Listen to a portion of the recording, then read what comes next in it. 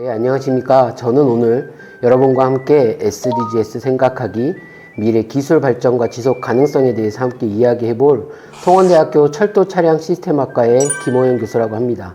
저희 학과 이름에서 느낄 수 있듯이 저는 학교에서 학생들과 함께 철도 차량에 대해서 연구하고 공부하고 있습니다. 인터넷이나 요즘에 신문 기사에 언론에도 많이 나오는 지속 가능 발전 목표라고 하는 SDGs는 2015년에 유엔에서 채택한 글로벌 목표입니다. 전 세계의 빈곤을 종식시키고 지구를 보호하면서 발전할 수 있는 방향에 대한 목표라고 할 수 있습니다. 이 목표들을 총 5가지의 영역으로 나누어서 인류가 나아가야 할 목표의 방향성을 17개로 제시하고 총 150개 이상 되는 세부 목표로 제시하고 있습니다. 그 중에 저는 지속 가능한 도시에 대한 것을 좀 집중해서 이야기를 해보고자 합니다.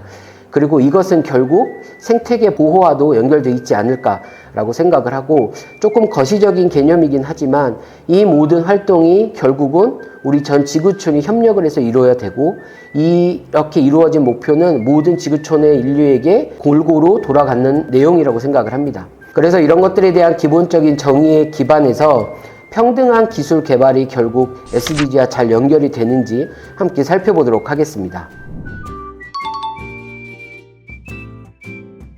지구가 숨쉰다는 것을 우리가 실질적으로 느끼기는 어려울 것 같습니다. 여름에서 가을로 넘어가는 환절기가 되면 감기가 걸리기도 하고 목이 잠기기도 하고 코가 막히기도 합니다. 지구가 숨쉬기 힘들다. 온실 효과라는 것이 대표적으로 지구가 숨쉬기 어려운 환경이라고 볼 수 있습니다. 태양이 지구에게 열 에너지를 제공해주게 됩니다. 그 열 에너지는 지구가 흡수를 하게 되고, 흡수된 에너지 중에 에너지원으로 사용하는 것이 있고, 그 중에 사용이 끝난 에너지나 필요 없는 에너지는 지구 밖으로 반사돼서 표출돼야 되는 상황입니다. 그러한 상황에서 에너지가 적절하게 밖으로 빠져나가지 못하고 다시 지구 안으로 들어오게 되는 현상이 발생합니다.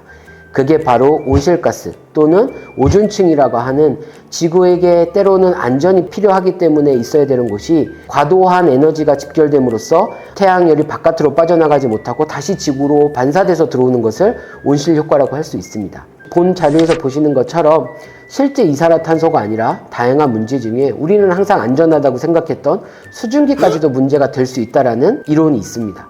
보시는 것처럼 실제 태양에서 방출된 에너지가 지구로 도달해서 지구의 온도를 올리다 보면 지구의 대부분을 차지하고 있는 바다 또는 물에 해당하는 부분들이 수증기로 발현되게 되는데, 그 수증기조차도 때로 너무 많은 양이 수증기로 발생하게 되면 오존층의 새로운 막으로 형성될 수 있고, 이게 우리가 비닐하우스라고 생각하면 새로운 비닐이 하나 더 씌워질 수 있는 거라고 생각을 합니다. 태양열 에너지 때문에 가장 큰 문제인 지구의 온도가 올라가게 됩니다.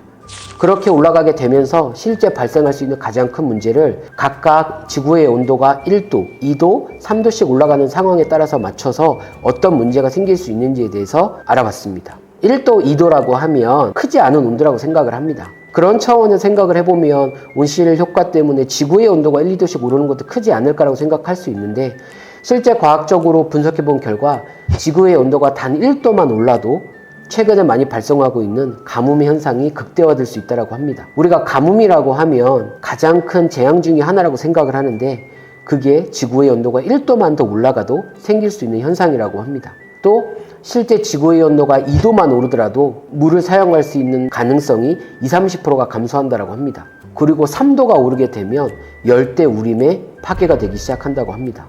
우리는 단순히 지구의 온도가 오르면 그냥 빙하가 녹아서 해수면의 높이가 올라가고 섬에 있는 휴양지들을 갈 수 없다라고만 생각했는데, 그게 아니라 우리가 항상 안전하다고 생각했던 열대우림마저도 파괴되는 것을 볼 수 있습니다. 그리고 4도, 5도 이렇게 올라가다 보면 아까 말씀드린 것처럼 해수면이 높아져서 침수가 발생되게 되고, 재난 영화들을 보면 해수면이 높아져서 해수욕장이라든가 다양한 건물들이라든가 위락시설들이 없어질 수 있다는, 그게 영화로 또는 드라마로 나오는데, 그게 영화나 드라마가 아니라 실제 지구의 온도가 4도, 5도만 올라가면 그런 문제들이 실제 생길 수 있다고 합니다. 그러면 도대체 어느 정도의 온도로 관리를 해야 되나 라고 생각을 했을 때는, 이제는 1도, 2도가 아니라 0.1도, 0.2도 이렇게 온도를 점점 세분화해서 온도에 맞춰서 대응을 해야 된다는 상황이 발생했고, 우리가 그 정도로 세밀하고 면밀하게 고민하고 아끼고 보호해야 된다는 걸 알 수 있었습니다.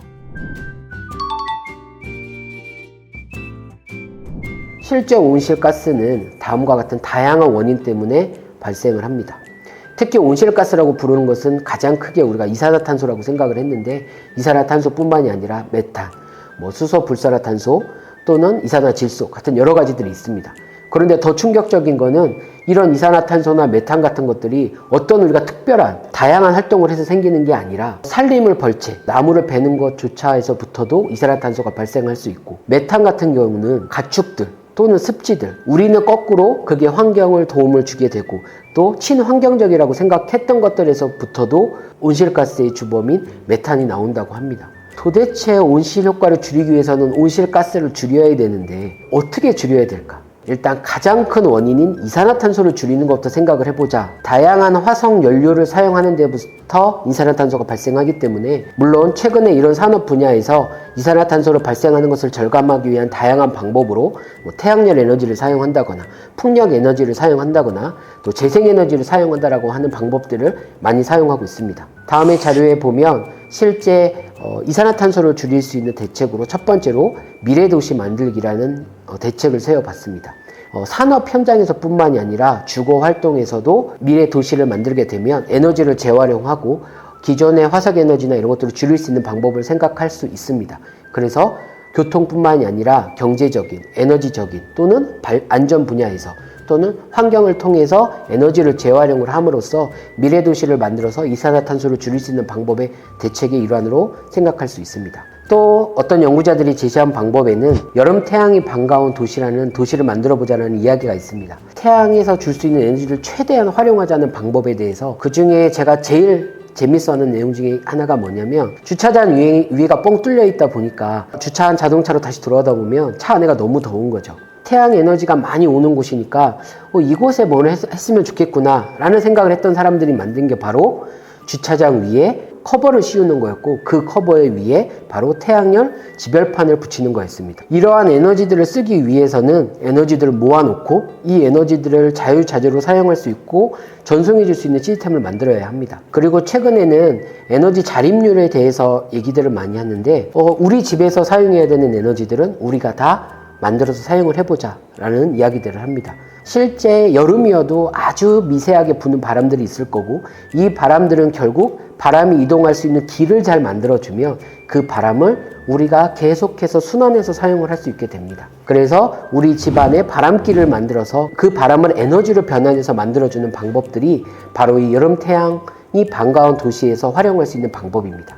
대표적으로 서울에 있는 한 건물, 아파트 형태로 지어져 있고, 그 아파트에는 에어컨도 없고 보일러도 없는 상태에서도 쾌적한 여름과 겨울을 날 수 있는 건물로 만들어서 활용을 하고 있습니다. 그러면 우리가 처음에 관심을 가졌던 교통수단, 모빌리티 중에서는 온실가스의 배출량이 어떻게 될까라는 것을 한번 생각해 보게 됐습니다. 서울에서 부산까지 이동을 할 때 온실가스의 배출량이 항공이 8,000이었다면 철도는 5,000, 또는 버스는 200, 승용차는 50이었지만 승용차 중에서도 화석 원료를 주로 사용하는 것이 아닌 하이브리드 타입 같은 경우는 38, 그리고 실제 전기자동차 같은 경우는 거의 자전거하고 흡사한 정도의 배출량을 낼 수 있을 거라고 생각을 합니다. 자, 이렇게 교통수단별 우리가 온실가스 배출량을 알아봤고 화석연료를 줄여야 된다는 것들을 알 수 있었습니다. 두 번째 대책은 공유 모빌리티입니다. 각각의 모빌리티들의 에너지원을 줄이고 바꾸는 것들은 어렵습니다. 그렇지만 다음과 같이 우리가 이동을 할 때 각자 내 자동차를 운전하는 것보다는 A라는 곳에서 B까지 갈 때 한 가지 교통수단을 쓰는 게 아니라, 보시는 것처럼 집에서 환승센터까지는 자전거를 타고, 또 환승센터에서부터 다음 환승센터까지는 버스라든가 지하철이라든가 이런 대중교통을 이용함으로써 에너지원의 좀 숫자를 줄이고, 또는 공공자전거들, 또 공공킥보드들, 아니면 쉐어형 모빌리티들을 활용함으로써 에너지원의 숫자를 줄이는 방법부터 시작하는 것이 좋다고 생각을 하게 됐습니다. 그래서 최근에는 이것을 스마트폰이나 모바일 장비를 가지고 조금 더 체계적으로 활용할 수 있는 방법인 마스라고 하는 방법이 있습니다. 이 마스는 간단히 우리 집에서부터 어떤 곳까지 이동을 하는데, 그 이동을 할 때 실제 여러 가지 운송수단들을 어떻게 연결할지를 개인이 다 확인을 하는 게 아니라 스마트폰이라든가 모바일 기기를 가지고 그런 것들을 자동으로 설계해주는 방법들을 활용하는 게 바로 마스입니다. 그러면 이 마스를 활용을 하려면 아무래도 대중교통들이 좀 활발하게 운영이 돼야 되겠죠. 자, 공유 모빌리티는 기존에 있는 교통수단들을 좀 더 합리적으로 효율적으로 사용하는 방법이라고 할 수 있다며, 다음 대책에서부터는 실제 각각의 모빌리티들이 자체의 에너지원을 바꿈으로써 변화되는 모습들을 대책으로 마련해 봤습니다. 전기차는 아주 많은 용어로 설명할 수 있지만 바로 배터리를 사용해서 전기 에너지를 가지고 자동차를 움직이는 시스템을 전기차라고 합니다. 이런 전기차의 가장 큰 강점은 내연기관, 즉 화석연료를 사용하지 않기 때문에 배기가스를 배출하지 않습니다. 그래서 우리가 친환경 차량이라고 합니다. 교수님, 그러면 그 배기가스가 줄어드는 게 도대체 어떤 효과가 있는 겁니까? 라고 이야기할 때 그냥 배기가스가 90% 줄어, 80% 줄어 이렇게 얘기하면 실감이 잘 되지 않아요. 근데 여기 있는 자료처럼 전기차 한 대를 운영을 하면 바로 소나무를 300그루 이상 심는 것 정도의 효과를 누리게 된답니다. 그리고 이 전기차에 대한 활용에는 반드시 같이 가야 되는 게 있습니다. 바로 전기차를 충전해 줄 수 있는 전기차 인프라입니다. 전기차 충전소는 바로 또 새로운 소나무로 심어져 있는 공간이라고 보실 수 있습니다. 전기차를 충전하는 공간에서는 매운가스나 이산화탄소 같은 온실가스, 온실효과의 주범들이 나타나지 않습니다. 그렇기 때문에 어떻게 보면 더 건장하고 더 원해야 되는 시스템이라고 생각을 합니다. 자, 그러면 다음은 제가 전공하고 있는 열차입니다. 근데 교수님, 열차 하면 기름 냄새도 많이 나고 시끄럽고 굴뚝에서 막 매연도 나고 나는데 그렇지 않나요? 우리가 알고 있는 대부분의 열차는 그렇게 인식되어 있습니다. 또는 열차를 대부분 열차 안에 타게 되지 열차 밖으로 보게 되지 않아요. 그러면 진짜 열차가 친환경이 아닌가? 라는 것을 한번 확인해 보게 됐어요. 그래서 보시는 것처럼 열차는 다음과 같이 아주 많은 종류의 열차로 구성되어 있습니다. 크게 열차는 화석연료로 가는 열차와 전기를 활용해서 가는 열차로 나눌 수 있습니다. 실제 열차 중에 많은 것들은 대부분 전기를 에너지로 가는 열차로 구성되어 있습니다. 물론 여기 화차라고 하는 화물을 싣고 다니는 열차들은 아직도 화석연료를 사용을 합니다. 근데 이 화석연료를 사용하는 열차조차도 화석연료를 100% 사용하지 않고 화석연료와 전기에너지를 공유해서 사용을 합니다. 그리고 점점 이 화물 열차들을 전기 열차로 바꾸고 있는 상황입니다. 또 하나, 전기 열차로만 바꾸려다 보니까 한계가 있어요. 전기 만드는 것도 힘들다 이겁니다. 그래서 최근에 다른 방법으로 얘기를 합니다. 어떻게? 수소로 에너지를 가지고 하는 수소 화물 열차를까지도 만들고 운영하고 있습니다. 그래서 앞으로 그나마 남아있는 모든 화석연료를 사용하는 열차들도 전부 다 친환경 에너지인 전기나 수소들로 변경될 수 있을 거라는 거. 이렇게 변화가 됩니다. 그렇지만 철도는 에너지원뿐만 아니라 새로운 온실 효과의 주범인 다양한 분진들이나 에너지들을 발생시키게 됩니다. 그게 바로 이 그림에 있는 선로입니다. 선로는 쇠와 쇠가 맞닥뜨려서 움직이다 보니 거기서 분진도 생길 수 있고 그 분진에 대해서 다양한 온실가스라든가 찌꺼기들이 생길 수 있습니다. 그래서 이런 문제들을 방지하기 위해서 각각의 열차의 휠이나 열차의 선로들의 재료들을 바꾸고 있고, 또 제가 집중적으로 연구하고 있는 제동 에너지를 효율화하는 것에 따라서 분진이 발생하지 않을 수 있는 방법들에서 연구하고 있습니다.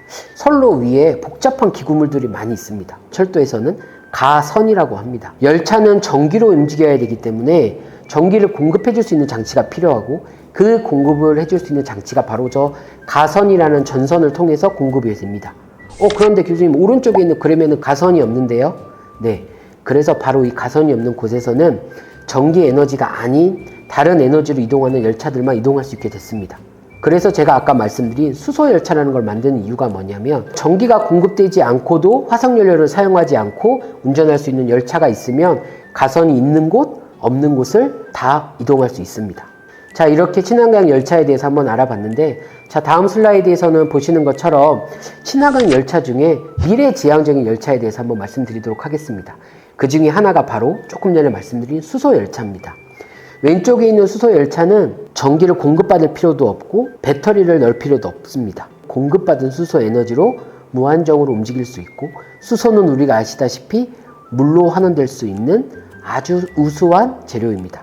그 오른쪽에 있는 열차는 바로 산악열차입니다. 산이나 국립공원에 많이 있는 케이블카가 있는데, 이 케이블카도 많은 전기적인 에너지가 사용되긴 하지만 친환경 운송수단입니다. 하지만 산악열차 같은 경우는 열차 안에 배터리를 넣고 다니기 때문에 추가적인 여러 기구물이 없어도 되고 열차가 아니라 자동차가 다니는 길에도 충분히 다닐 수 있는, 그래서 스위스의 이 친환경 산악열차가 또 다른 관광 명소가 되기도 하고 또 다른 친환경 운송수단으로 활발하게 사용이 되고 있습니다. 자, 친환경 열차는 앞으로도 넘어야 될 산이 많고 그 중에 하나는 전기가 공급되지 않고도 움직일 수 있는 열차 시스템으로 변화가 돼야 될 것이 많이 있습니다.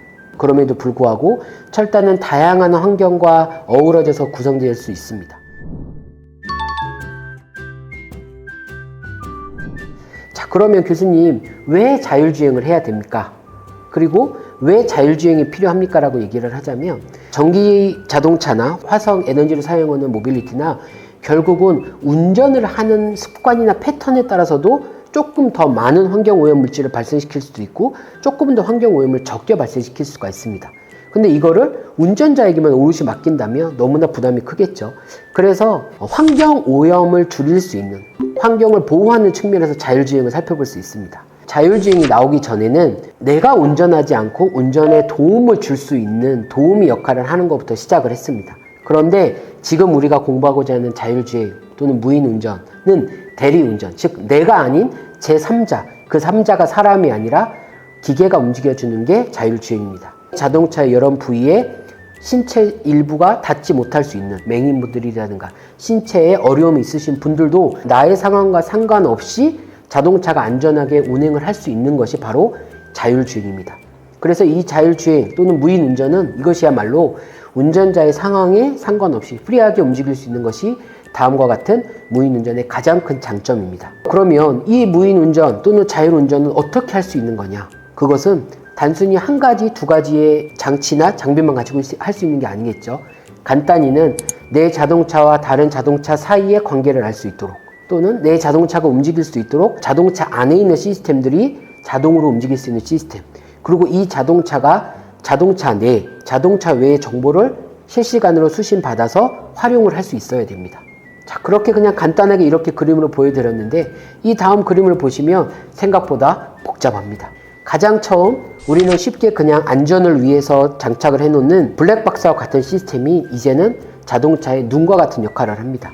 눈이 가려져서 볼 수 없고 또는 자동차의 형태 때문에 볼 수 없는 것들을 레이더 또는 라이다라고 하는 센서들을 가지고 주변에 있는 차량과 주변에 있는 방해물들을 피해 나가면서 운행을 할 수 있습니다. 그리고 이 모든 것들을 안전하게 계산할 수 있는 차 안에 컴퓨터가 장착이 되게 되고 그 컴퓨터는 아주 많은 정보들을 가지고 활용을 하게 됩니다. 그래서 자동차가 무인운전 또는 자율주행이 되기 위해서는 정보를 서로 상호작용을 하게 될 필요가 있습니다. 그리고 또 하나 가장 중요한 거는 그 자동차 안에 타고 있는 탑승자의 안전을 항상 확인할 수 있어야겠죠. 그러한 것까지 충분히 다 마련되어 있는 것들이 자율주행입니다. 왼쪽에 있는 그림은 내 차뿐만이 아니라 밖에 있는 차량, 또 밖에 있는 사람, 또는 밖에 있는 장애물까지도 더 파악을 하게 됩니다.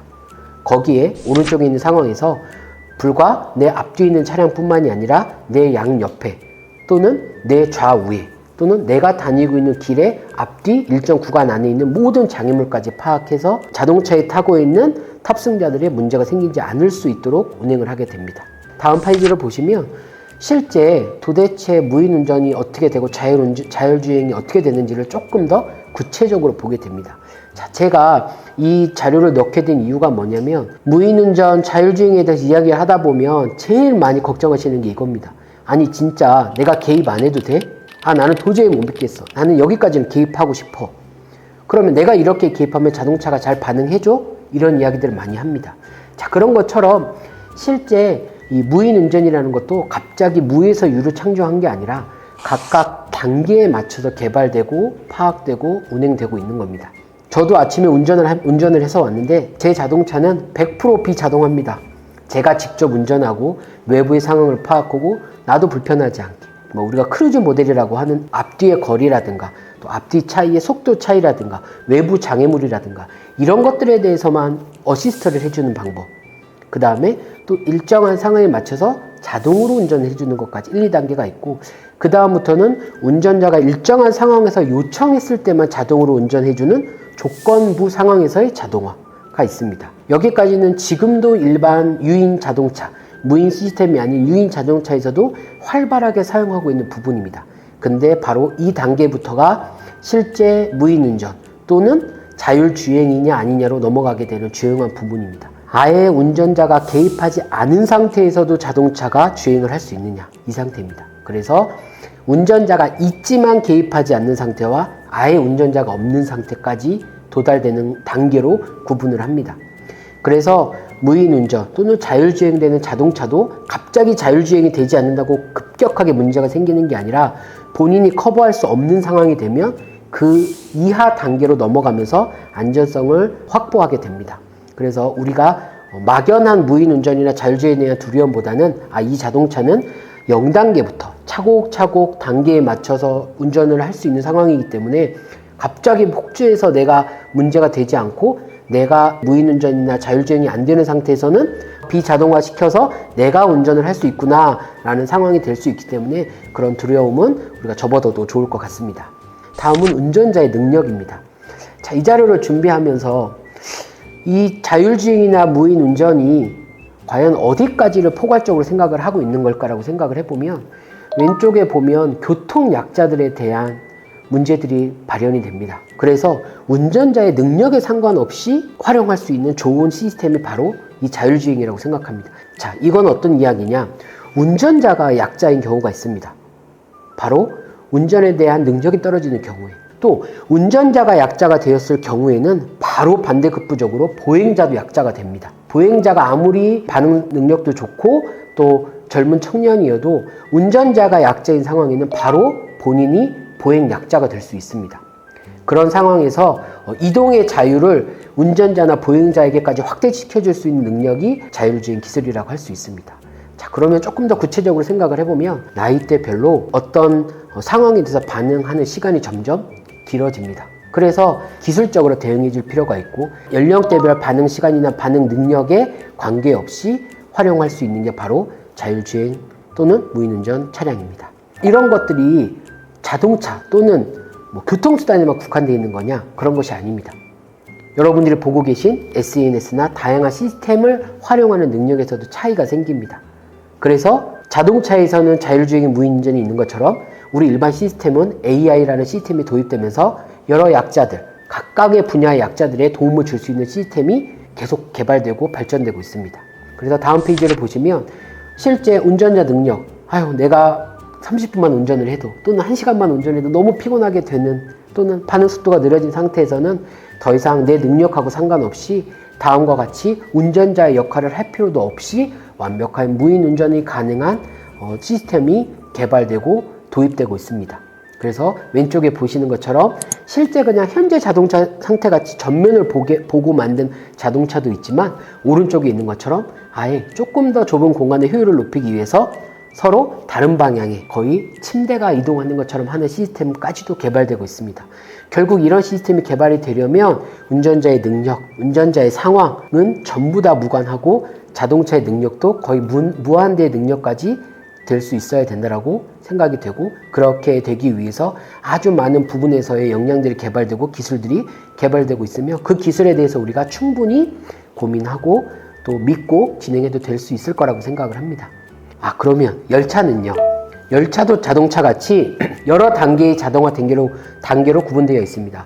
100% 기관사가 운전하는 것부터 기관사는 일정 특정한 업무만 하는 경우 제가 이런 얘기를 합니다. 앞으로 열차의 기관사는 열차를 운전하는 사람이 아니라 열차를 관리하고 열차의 안전을 총 관리하는 관리자가 되는 것이다. 현재는 GOA라고 하는 자동화 단계를 가장 많이 씁니다. 현재 대부분의 도시철도들은 기관사들이 탑승을 해서 출발 버튼 또는 출입문 닫은 버튼의 역할만 하고 나머지들은 쭉 모니터링만 하고 운전은 열차가 자동으로 하고 있습니다. 그리고 현재 기관사가 아예 없는 열차들도 있습니다. 다음과 같이 아예 기관실이 없습니다. 열차의 앞뒤가 다 뚫려 있어요. 그래서 기관사도 아예 없이 열차가 운행됩니다. 그럼 교수님 비상 상황일 때는 어떻게 하나요? 오른쪽에 보시면 기관사는 없는데 운전할 수 있는 운전대가 있어요. 평시에는 저 커버가 덮여 있습니다. 그런데 아까 말씀드린 것처럼 자동차랑 똑같이 열차도 자동으로 운전할 수 없는 상황이 되면 기관사가 개입을 할 수 있게 만들어 놨습니다. 그렇게 해서 언제든지 열차 안에 문제가 생기면 기관사가 투입돼서 운전에 개입해서 수동으로 운전할 수 있게 이렇게 되어 있습니다. 그래서 무인 열차가 운행이 되면서 조금 더 좋아진 점이 하나 있습니다. 아까 말씀드린 것처럼 전기차가 교통약자들이나 이런 분들이 여러 가지 혜택들을 많이 받을 수 있고 소외가 되지 않을 수 있는 부분이 생기는데, 열차도 무인 열차가 되면서 생기는 아주 큰 기능이 있습니다. 뭐냐면 사진에 보시는 가운데 있는 거울이 비상시에는 앞으로 열립니다. 예전에는 열차에 문제가 생기면 열차에서 탈출을 하려면 항상 승강문을 가지고 탈출을 했어야 되는데, 그러다 보면 거동이 불편하거나 또는 뭐 휠체어를 타고 계신 분들이나 이런 분들은 내려갈 수가 없는 거예요. 어떻게 보면 가장 소외된 분들을 위해서 해야 되는데 시스템 자체가 그렇게 될 수가 없었죠. 근데 무인 운전을 하면서 전면이 에스컬레이터 같이 쫙 문이 열려서 앞으로 자동으로 경사가 생겨서 그 공간으로 오르내릴 수 있습니다. 그래서 이 무인 운전이라는 기술 개발이 실제는 열차를 운영하고 탑승하는 여러 교통 약자들에게도 다 혜택이 갈 수 있는 시스템으로 개발이 되고 있습니다. 사실 이 부분은 꿈의 영역 중에 하나입니다.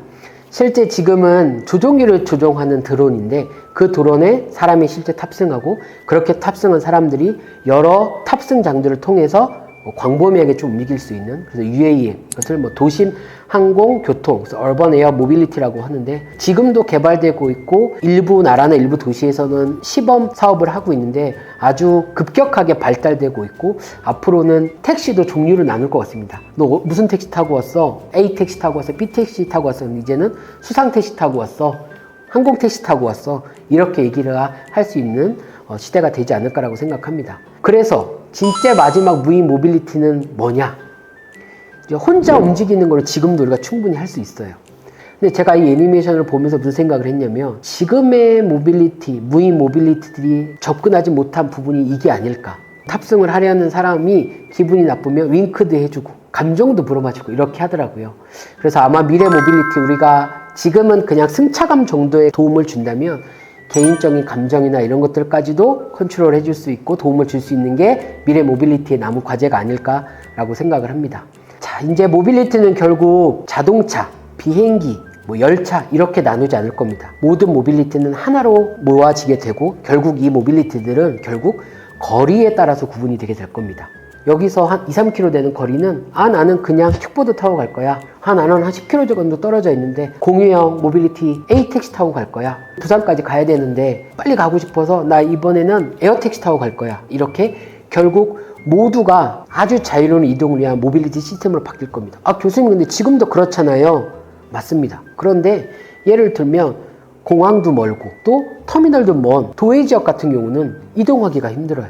근데 예를 들면 지금 같은 공항이 필요 없고 지금 같은 터미널이 필요 없는 모빌리티가 개발이 된다면 내가 살고 있는 곳과는 상관없이 아주 많은 곳으로 이동하면서 또 이동에 제약이 없이 사용을 할 수 있을 겁니다. 그런 차원에서 보면 이 모빌리티는 결국 거리에 의존해서 바뀔 거라고 생각을 합니다. 왼쪽에 있는 그림은 공유형 킥보드나 공유형 자전거를 타려면 어플에 들어가서 내 위치 근처에 얼마나 있는지 보게 됩니다. 내가 이동할 수 있는 거리에 내가 타고 다닐 수 있는 공유형 모빌리티가 있는지를 거리별로 확인하게 됩니다.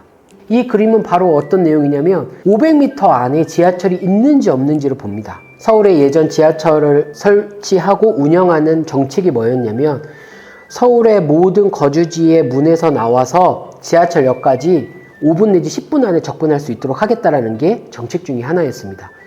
그런 것처럼 모든 모빌리티는 앞으로 종류보다는 거리에 디펜던트하게 움직이지 않을까라고 생각하고, 그거에 따라서 각각의 모빌리티들이 서로 공유하고 연결돼서 운행이 될 것이라고 생각을 합니다.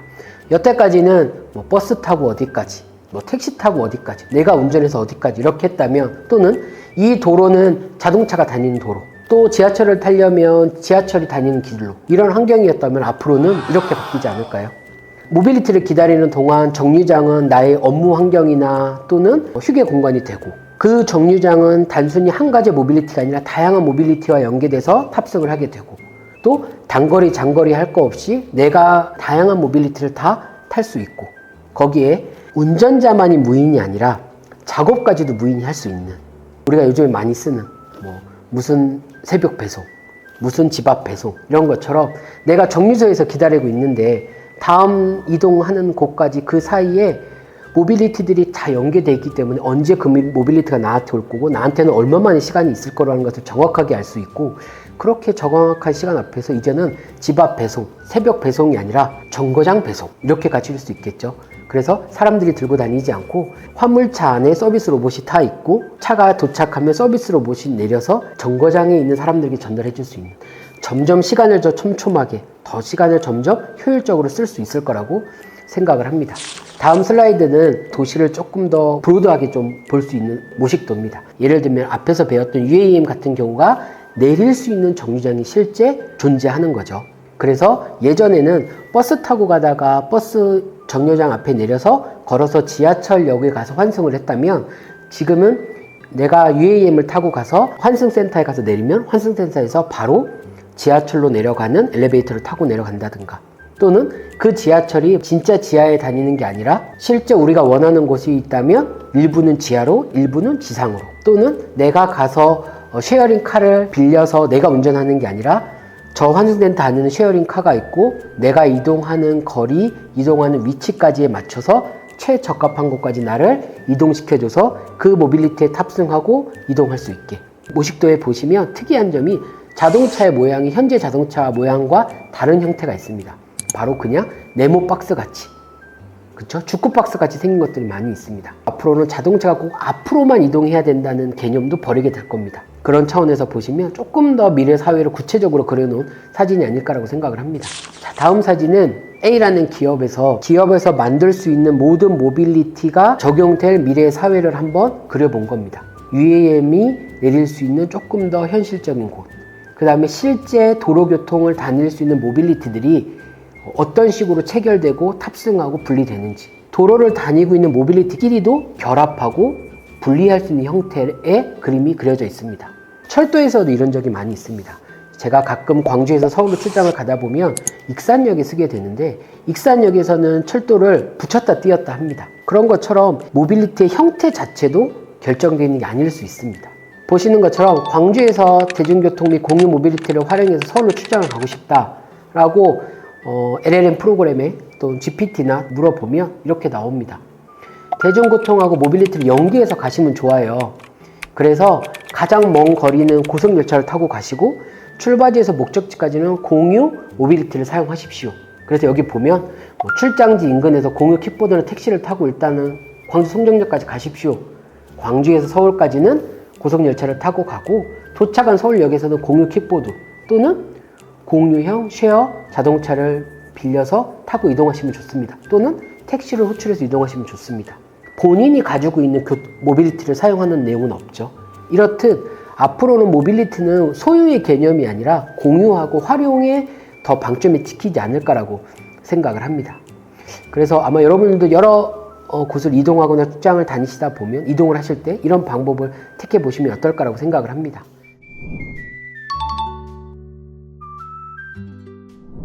이제 돌고 돌아 다시 처음에 우리가 갔던 곳으로 보면, 현재 지금 산업이나 모빌리티나 일반적인 환경에서는 보시는 것처럼 아주 다양한 온실가스들이 배출되고 있습니다. 지금 현재도 이렇게 많은 온실가스들이 배출되고 있고 한 번에 없앨 수 없습니다. 그래서 우리가 아까 말씀드린 것처럼 지금 우리가 할 수 있는 것부터, 예를 들면 태양열 지별판을 가지고 충전할 수 있는 충전 시스템을 구매해서 사용을 해본다거나, 또는 종이컵이나 일회용 컵을 사용하던 거를 재활용 컵이나 리유저블 컵을 사용을 해본다거나, 에어컨 온도를 1, 2도 올린다거나, 이런 방법들을 사용한다면 저기에 많이 있는 온실가스의 구름들의 크기를 점점 줄일 수 있지 않을까라고 생각합니다. 이거는 나이나 지역이나 수입이나 이런 것들하고 전혀 상관없이 모두가 다 할 수 있고 모두가 다 해야지만 이루어질 수 있는 결과라고 할 수 있습니다. 그래서 결국은 친환경, 온실가스, 또 미래 모빌리티, 이런 여러 가지 내용들은 전부 다 앞으로는 주기별로 이루어질 겁니다. 내가 하는 행동은 어떤 주기의 한 일부가 될 거고, 또 앞으로 생각할 때는 지금뿐이 아니라 이 시스템이 사용되고 폐기되고 재활용 됐을 때, 또 이 제품이 사용되기 전까지도 서로 생각해가면서 고민하고, 그렇기 때문에 우리 모두가 동참해야 되는 게 모두의 시스템이라고 할 수 있습니다. 우리가 앞에서부터 얘기한 것처럼 환경오염부터 시작했고, 그 환경오염은 온실효과로부터 시작됐고, 온실가스, 또 그런 것들을 해결하기 위한 여러 가지 가능성에 대한 것, 또 대책에 대한 것들을 한번 쭉 살펴봤는데, 결국 나 혼자만이 할 수 없고 우리 모두가 해야 되고 우리 미래 세대를 위해서 물려줘야 될 것이고 한 제품도 만들어지기 전부터 폐기될 때까지 전 주기를 고민해서 생각을 해야 될 것 같습니다. 환경오염은 지금이 문제가 아니라 앞으로가 문제고 또 지금의 문제가 과거에서부터 온 거기 때문에 또 그거를 반면교사 삼아서 지금부터 미래는 어떻게 해야 될지에 대해서 함께 고민해 보면 좋을 것 같습니다. 긴 시간 재밌지도 않을 수도 있고 또 어렵고 되게 추상적일 수 있는 내용들을 함께 고민해 주셔서 감사하고 앞으로 또 좋은 기회가 있거나 또 궁금한 게 있으면 서로 함께 논의해 보고 고민해 볼 수 있는 시간을 마련할 수 있으면 좋을 것 같습니다. 주변에 일회용품 줄이고 또 조금 더 환경을 생각하는 기회가 될 수 있었으면 좋겠습니다. 감사합니다.